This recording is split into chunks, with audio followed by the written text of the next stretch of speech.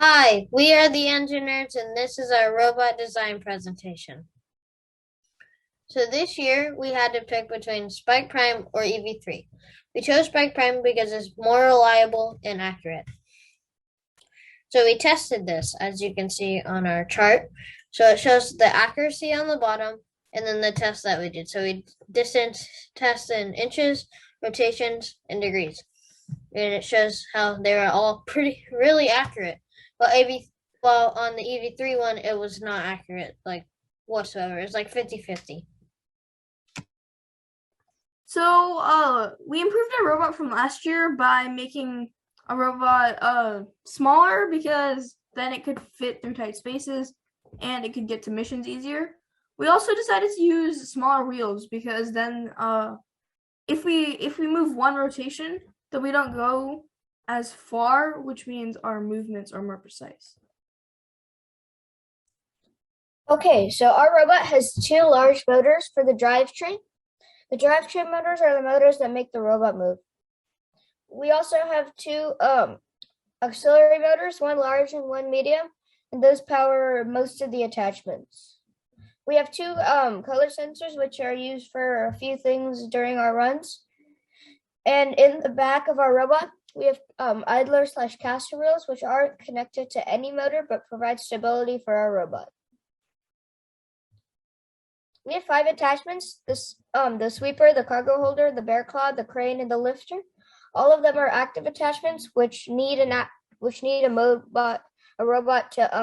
motor to do it to work.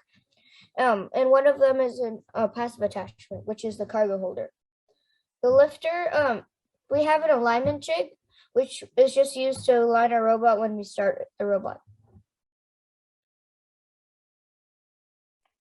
We have an LD-CAD model in case our robot needs repairs or it breaks, and if we forget where a piece went, we can look on our LD-CAD model. This is a video of LD-CAD.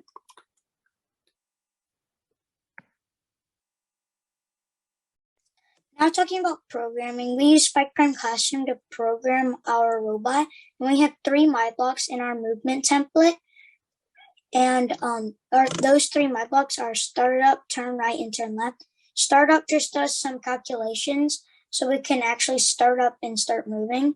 And turn right and turn left basically use those calculations to turn right exactly and turn left exactly.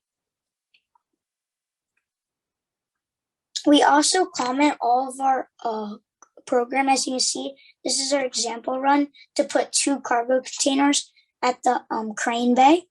And we always use our movement template in our programs to make it easier to move.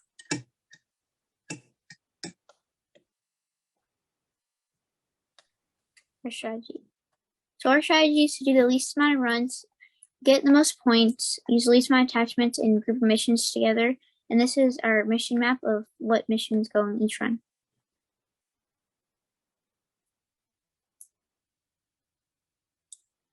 Our game plan is to do 14 missions, 6 runs, 425, and to get 425 points max, and picture is of our missions.